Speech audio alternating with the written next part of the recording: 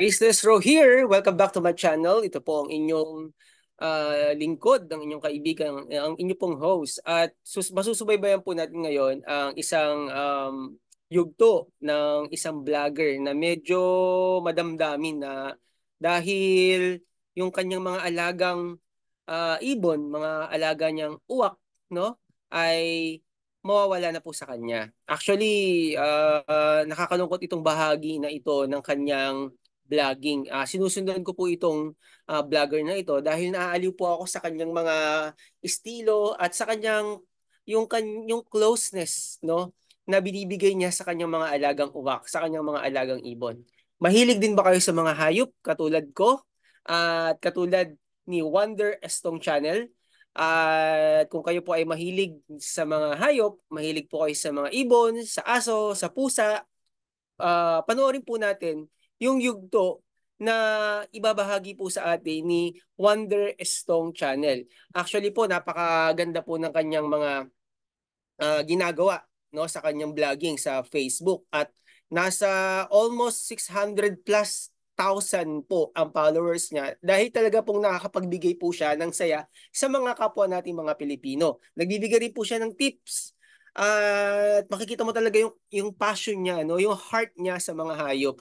Okay, panoorin po natin ito. May share po ako sa inyo na video na talaga naman makabagbag damdamin kasi alam nyo talaga pag tayo po ay napalapit na sa alaga nating mga hayop, tayo po ay yung connection po natin sa kanila, no, talagang mararamdaman mo kapag alam mo na medyo malalayo po yung mga alaga nating hayop. Medyo hindi lang medyo, no, talagang iiyak po tayo, no. Ito, panoorin po natin tong i-share ko po sa inyo na Doon video. sila malayang lumilipad at nangangain ng mga insekto na kailangan ng Uh, kanilang mga Umpisahan po katawan. natin. At Yan. Wanderis, pinuntahan ko ang mga alaga kong uwak sa kabundukan kung saan doon sila malayang lumilipad at nangangain ng mga insekto na kailangan ng kanilang mga katawan. At natutuwa naman ako dahil sa pagbisita ko sa kanila ay naandun pa rin silang lahat at sila ay tuwang-tuwa na sumalubong sa akin. Pagkarinig nila ng tawag ko, agad silang nagdatingan at muli minsan pang nagsilapit sa akin. Ang Tara, galing, ano? simulan natin ang kwento, Wanderis. Ayan, Simula nga pakinggan po pala natin. rito sa tinitira namin sa Barangay Ungos, Bayan ng Real, ay halos 21 kilometers ang biyahe namin papunta sa mga alaga kong uwak. Muli ko silang pupuntahan para bisitahin mula doon sa bundok kung saan malaya silang naghihintay Napakalayo, sa ano? akin. Dahil ako nga pala ay may trabaho dito sa aming bayan at sa totoo lang ang bahay namin ay naandito din sa Bayan ng Real. At bumili na rin pala ako ng baon namin na ilang pirasong fried chicken at paborito din ito ng mga alaga kong uwak. At ngayon tuloy ang biyahe ko papunta sa kanila, kaibigan. Malayo din ang biyahe, nasa isang oras mahigit simula sa bayan hanggang sa Malayo yun eh. kanila. Sa 20 takbong kilometers bilis eh. ko, Wanderis. Ito nga pala ang tuloy ng Tignuan dito sa amin. May malaking Ganda, ilog no? sa ilalim na dinadayo ng mga taga-ibang lugar para maligo dahil walang entrance ang paliligo sa ilalim nito. At guys, kung titignan nyo, napakaganda naman ng view habang kami nabiyahe. Malalaking bundok, green na mga punong kahoy at kagubatan ang inyong makikita habang nabiyahe. Ayan guys, so tignan nyo, di ba? Nakakatuwa. Sa mga nature's lover dyan, ito ang kailangan nyo. Tignan nyo naman, stress-free, nakaka-relax, at napakaganda guys. Nandito ako sa ibabaw ng bundok kung saan at the same time, tabing kalsada lang siya. Nakita nyo naman oh, ang lamig ng hangin, mga huni ng ibon, at ang lalaki ng puno dito, Wanderis. At napakalamig masyado ng hangin. Nakaka-relax, stress-free, yung mga huni ng ibon, huni ng mga kuliglig, huni ng mga kulisap, at yung pagaspas guys, ng malalaking puno ng kahoy, kasabay ang mga Ganda, huni no? ng ibon. Iyan ang gamot na libre na dulot ng kalikasan. Siyempre, handog sa atin ng may kapal. Kaibigan, marunong lang tayong mag-appreciate sa magagandang nilikha ng Panginoon kahit sa maliit na bagay. Marami ng sakit ang hindi dadapo sa ating katawan. Tapos yung mga tunog ng kulisap, huni ng mga ibon, talagang masarap sa pakiramdam, anti-stress. Stress reliever. At guys, may share ko nga lang pala sa inyo. Ako nga pala ay hinigpitan ng DNR dito ngayon sa amin. Pinagbawalan na akong mag-alaga ng mga katulad ng mga alaga kong ibon ngayon. Kaya halos lahat ng ibon ko ay wala na sa akin. Huwak na lang ang natira. Sila na lang guys. Ang I'm sorry.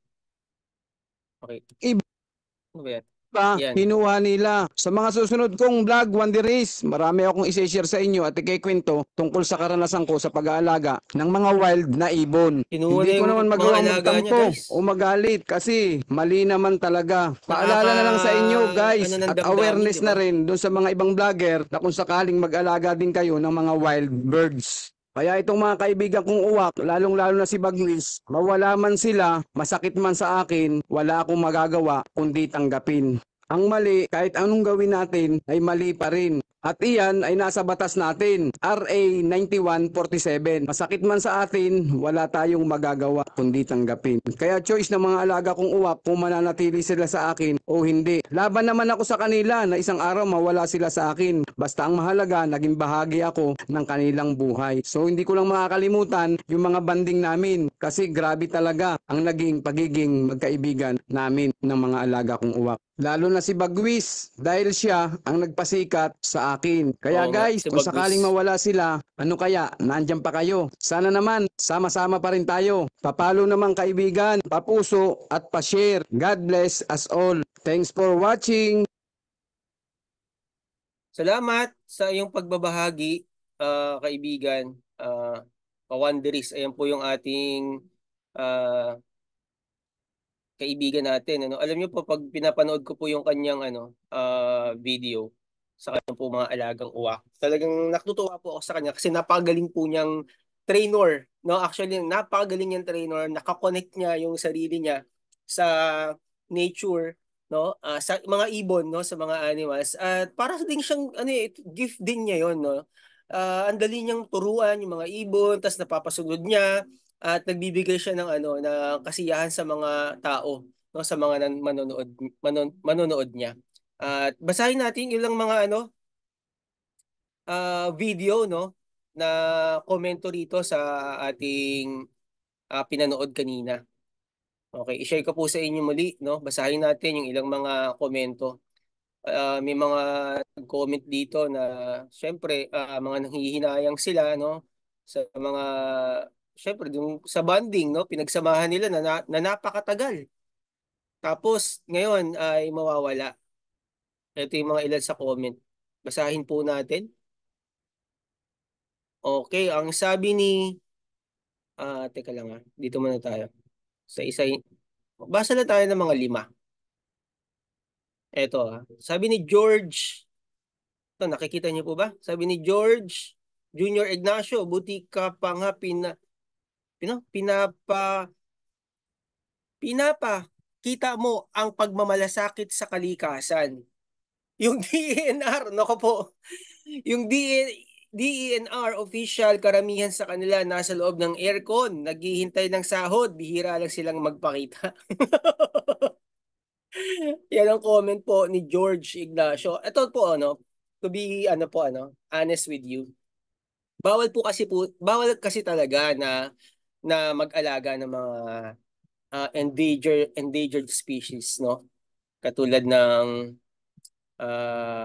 may batas diyan na sinabi nga ni ano no ni Wanderis, no, ni Wonder Estong channel. Pero alam niyo po, ito nag-comment nga siya, umiiyak siya. Parang naiyak din ako ngayon Ay, sabi niyo. Ayun lang ang comment niyo, umiiyak. Iyak nga rin tayo.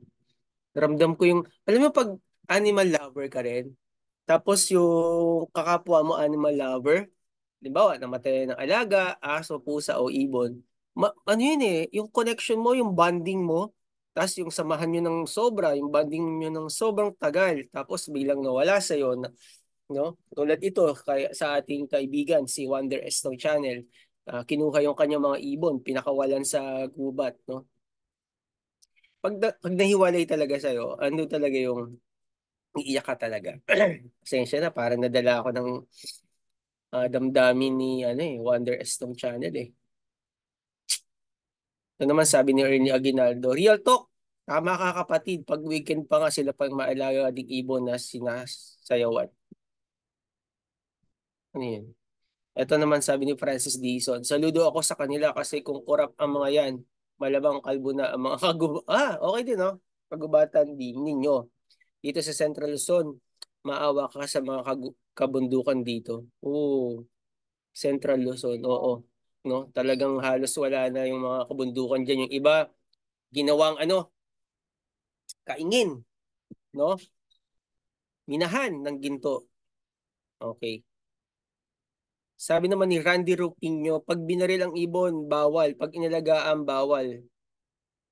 Wisit na batas ng DNR. Okay, Angela Osigan Baliton, ang galing mo naman, Wonder Estong. Kilala ka ng mga alaga mong ibon. Totoo yun. Ang galing, napapasunod niya. Panoorin niyo po yung mga video niya. Good luck sa maraming views. Keep it up. Alam niyo, eto, no? Bigla akong naalala yung, alam niyo yung dito sa May Cavite, yung Island Cove. Dati, alam niyo po dati, ano yan eh, bago maging Pogo, ano yan, tawag dito, facilities, no? May Pogo dyan ngayon, ano? Bago po nagkaroon ng Pogo dyan, ang ganda po yung Island Cove. Yung mga ibon, no, taon-taon nagmamigrate dyan sa iba't ibang bansa, no? Dadaan yan sa Southeast Asia yung mga ibon, tapos mag-i-stay dyan, staycation sa lugar ng Island Cove. May mga pugad dyan ng mga iba't ibang klaseng ibon. More than 500 species. Kung hindi ako nagkakamali, 300 to 500 species po yung makikita natin na mga ibon dyan po sa ano, sa Island Cove na ngayon po ay Pogo facilities na. Binenta na. No, nakakalungkot po, no. Napakaganda ng ano natin, napakaganda ng hindi masama yung progress, no. Pero may ano to, may suklitong progress eh. Itong progression, may balik eh. Mga bundok natin, gagawing subdivision, di ba? Papatagin, gagawing subdivision, dyan lang sa Marikina, di ba? After ng nagawang subdivision, yung bundok, gumilang lang ng ilang taon, no? 2 dekada, yun, binaha. Hindi na napakinabangan. Di ba? May mga artista pang nandun nakatira, hindi na napakinabangan yung lugar. Bakit? Kinalbo na nila yung puno. Hindi naman po tayo nagagalit sa government natin, sa DENR, pero minsan po ay talagang nakakasama po ng loob, no? Dahil sa sobrang ano natin, sa sa sobrang pag-unlad ng bayan, pag-unlad, no? Sumasabay tayo sa ekonomiya, yung revolution na tinatawag sa panahon ngayon dahil napakabilis ng technology. So sinasabayan natin yung technology, nakakalungkot dahil maraming naman naaapektuhan, no? Sa kabila nito ay mga naaapektuhan yung ating nature. At syempre, pag yung kabundukan, yung mga puno, yung mga forest, maraming naaapektuhan mga animals diyan kasi nandun yung habitat nila eh. 'Di ba? So, saludo kami sa iyo, Wonder Estong Channel. Alam namin na sobrang lungkot mo ngayon, kinuha yung mga alaga mo. At teka muna, parang may gusto ko ipalabas sa inyo ulit. Ano? Nagpaalam siya kay Bagwis. Ito yung isa sa mga nakakalungkot na tagpo. Nagpaalam po siya sa alaga niyang si Bagwis. Hanapin po natin dito, banda sa taas. Parang naano nga ako kay ano, uh, dito sa kaibigan natin. Hanapin natin ha. Saan ba siya? Saan ba yun? Dito ba yun? Okay, papanood ko po sa inyo. Ito yung kanina, no? Nagkahanapin natin. Hanapin lang natin, guys. Gusto ko pong makita nyo to, no? Nagpaalam po siya eh, sa ano niya, sa alaga niyang ibon. Ito. Ayan. So guys ha. Ito nga pala yung team ko. TPCP Warriors. Okay. Ah, Ayos lang ako na itong mga nakarang araw kaya hindi tayo nagpangita okay lang ano? Wait lang po. Teka lang ha. halos. Kaya hindi tayo nagpakipangita ng kulang. Ayan na. Ulitin ko lang ng konti. Ito guys, panoorin nyo to. Agwes! Awak, takak, ah. Ayan, nagpaalam Ano? siya kay Namiss Bagwis. niyo Parang ako? naiyak ako sa Ah? tagpong to eh. Pasensya na kayo. Masyado akong naging busy. May mga inayos lang ako na itong mga nakarang araw kaya hindi tayo nagpangita halos. Kaya hindi tayo nagpakipangita ng kulang-kulang 1 linggo. Pero 1 week. salamat at naandito pa rin kayo. Nasaan na ibang kasama nyo? Kikinig yung mga ibon sa kanya, Lumayas no? na, busog na. O, ito si Bagwis ko. Baw, baw. Pakas nga. Ayan, no? Oh. Love na love. Love na love ko tayo. Love na love din ako nito eh. Ni Bagwis. Kakayak naman. Ano, Gabriel? Uuwi na kami, ha? Uuwi na kami at maghahanap buhay muna. Babalik uli ako dito. Ha? Guys, napakalayo na ito sa bahay. 21 kilometers. Layo nun. Bago doon sa tinitira namin. Layo, malayo. So, buti naman, nandito pa rin ang mga alaga kong uwak. Patuloy lang silang nag-e-explore, nagagala. Malayang malaya sila na lumipad kung saan nila gusto at manginain ng mga insekto na gusto at kailangan ng kanilang katawan. Ano? Akit ako sandali at ako'y bababay na sa kanila. Ayan guys, so nakayak tong tagpo na to kasi nagpapaalam siya sa kanyang mga Babay na, next banding alagang natin. ibon. Pagbalik ko ha. Next banding, Papaalam siya. bye-bye. Awak. Layo, pinupuntahan pa niya, Ay, no? love na love, oh. Oh, love na love, oh. Oh, love na love. Ano? Bye-bye, bye-bye, bye-bye, bye-bye. Alis na ako, alis na, alis na, alis na. Alis na ako. Bye-bye. Pinanik pa niya talaga. Bye-bye, bye-bye. Kita ulit tayo sa susunod. Bye-bye. Bye-bye.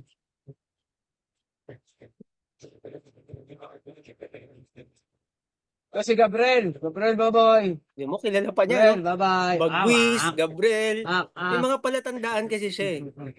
Meron siyang mga ring na nilalagay sa paa. Ito si Pagaspas. Ayan, si Pagaspas.